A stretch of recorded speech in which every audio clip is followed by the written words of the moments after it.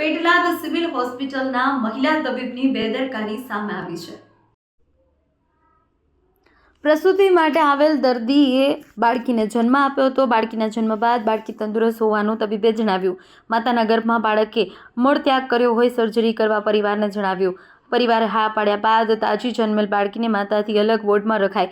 મોડી સાંજે ફરજ ઉપરના સ્ટાફ દ્વારા બાળકીને મૃત જાહેર કરાઈ। પરિવારે મહિલા ગાયનેક તબીબ વિશ્વાબેનને હોસ્પિટલ બોલાવતા તબીબે હવે જે થાય તે સવારે જણાવી હાથ ધર કર્યા। પરિવાર દ્વારા મહિલા તબીબની બેદરકારીથી બાળકીનું મોત થયાના આક્ષેપ લગાવ્યા છે।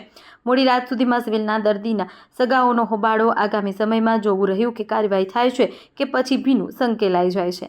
રિપોર્ટર કુંજન પાટણવાડિયા, આણંદ। ડૉક્ટર ભાવેશ મેંગર છે, હું ઇન્ચાર્જ CDMO છું। જે આપણે કીધું જે વાત થઈ તે પ્રમાણે મારા ધ્યાન પર આવ્યું છે કે કાલે રાત્રે આવો એક બનાવ બન્યો છે। આ માટે અમે જરૂરી એક કમિટીનું એ કરી અને એક તપાસ કરીશું અને એના માટે જે બી જવાબદાર કે જે બી અમને મળશે તેની સામે અમે શિક્ષાત્મક પગલાં લઈશું। આ બાબતે અમે હવે એક મિટિંગ કરી હોસ્પિટલ ખાતે અમારો જે છે કમિટી એની કમિટીની એ કરી અને એની એક તપાસ કમિટીની રચના કરીશું। મારું નામ ધરતીબેન કૌશિકભાઈ શર્મા અને 24 તારીખે અમે અહીં આગળ આવ્યા છે।